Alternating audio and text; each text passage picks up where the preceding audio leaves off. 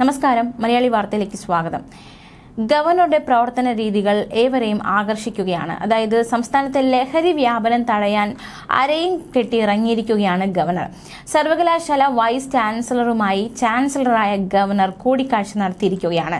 ലഹരി വ്യാപനം തടയാൻ ക്യാമ്പയിൻ തുടങ്ങണമെന്നും അദ്ദേഹം വിസിമാരോട് നിർദ്ദേശിച്ചു. എല്ലാ മാസവും ഒരു ദിവസം ലഹരി വിരുദ്ധ ആചരണം നടത്തുക എന്ന ഒരു നിർദ്ദേശമാണ് അദ്ദേഹം മുന്നോട്ട് വെച്ചിരിക്കുന്നത്. കേരളത്തിൽ നടക്കുന്ന ലഹരി വ്യാപനവുമായി ബന്ധപ്പെട്ട് DGP S. ദർവേഷ് സാഹിബിനോട് ഗവർണർ റിപ്പോർട്ട് തേടിയിരുന്നു.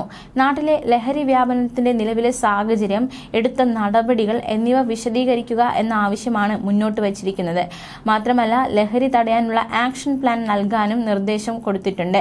സംസ്ഥാന വ്യാപക ആക്ഷൻ പ്ലാൻ തയ്യാറാക്കി DGP മുഖ്യമന്ത്രിയുമായുള്ള ചർച്ചയ്ക്ക് ശേഷം റിപ്പോർട്ട് ഗവർണർക്ക് കൈമാറുക എന്ന ഉദ്ദേശത്തിലാണ് ഇപ്പോൾ ആയിരിക്കുന്നത്. ലഹരിക്കെതിരായ നടപടിയിൽ മുഖ്യമന്ത്രിയുമായും ഗവർണർ കൂടിക്കാഴ്ച നടത്തും. കലാലയങ്ങളിൽ ലഹരി നിർമ്മാർജ്ജന പ്രവർത്തനങ്ങൾക്ക് നേതൃത്വം നൽകുക എന്ന ഉദ്ദേശത്തോടെയാണ് അദ്ദേഹത്തിന്റെ ഇപ്പോഴത്തെ പ്രവർത്തനങ്ങൾ. ഇതിനായി രാജ്ഭവൻ എല്ലാ സർവകലാശാലകൾക്കുമായി കർമ്മരേഖ തയ്യാറാക്കി നൽകും എന്നൊരു നീക്കവും നടക്കുന്നുണ്ട്.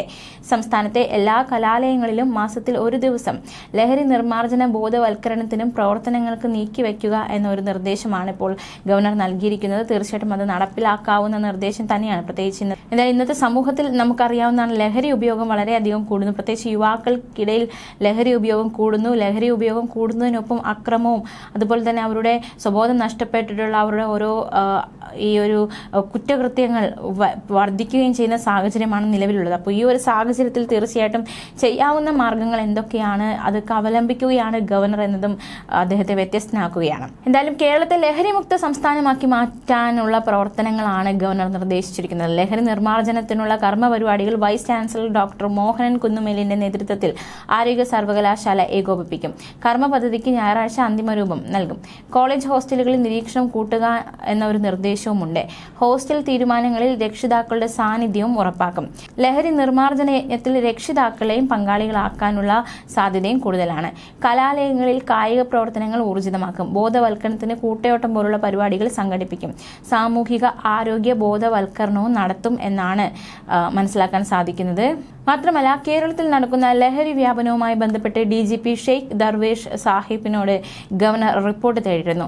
നാട്ടിലെ ലഹരി വ്യാപനത്തിന്റെ നിലവിലെ സാഹചര്യം, എടുത്ത നടപടികൾ എന്നിവ വിശദീകരിക്കാനാണ് നിർദ്ദേശം നൽകിയത്. ഇതുകൂടാതെ ലഹരി തടയാനുള്ള ആക്ഷൻ പ്ലാൻ നൽകാനും നിർദ്ദേശിച്ചിരുന്നു.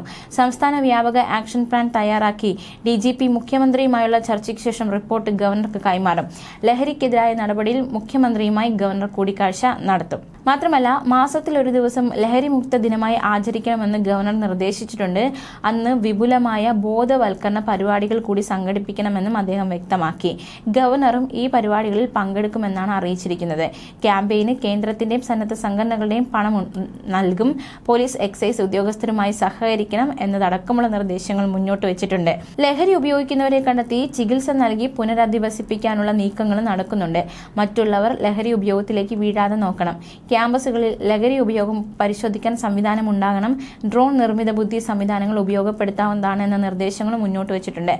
കാർഷിക സർവകലാശാലയിൽ ഹോസ്റ്റലുകളടക്കം ലഹരി ഉപയോഗം കണ്ടെത്താൻ രാത്രിയിൽ VC, ഡീൻ, വാർഡർമാർ എന്നിവരുടെ നേതൃത്വത്തിൽ നിരന്തര പരിശോധനയുണ്ടെന്നും VC ഡോക്ടർ B. അശോക് പറഞ്ഞു.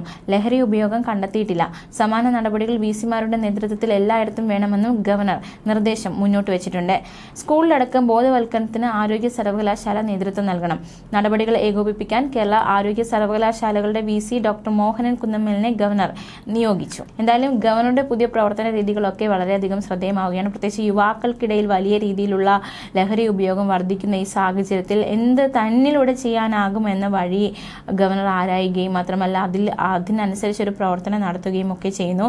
തുടക്കത്തിൽ തന്നെ അദ്ദേഹം പറഞ്ഞതാണ്, സർക്കാരുമായി ഒന്നിച്ച് പ്രവർത്തിക്കുക എന്ന ഒരു ഉദ്ദേശമാണ് തനിക്കുള്ളത് എന്നത്. എന്തായാലും അത്തരത്തിൽ സർക്കാരുമായി, പ്രത്യേകിച്ച് മുഖ്യമന്ത്രിയൊക്കെ അദ്ദേഹം കാണാൻ ആഗ്രഹിക്കുന്നുണ്ട്. ഈ സർക്കാരുമായി ഒന്നിച്ച് ചേർന്നുകൊണ്ട് തന്നെ ഈ ലഹരിക്കെതിരെ ഒരു പോരാട്ടം നടത്തുക എന്ന ഉദ്ദേശത്തോടെയാണ് ഗവർണർ ആയിരിക്കുന്നത്. ന്യൂസ് ഡെസ്ക് മലയാളി വാർത്ത.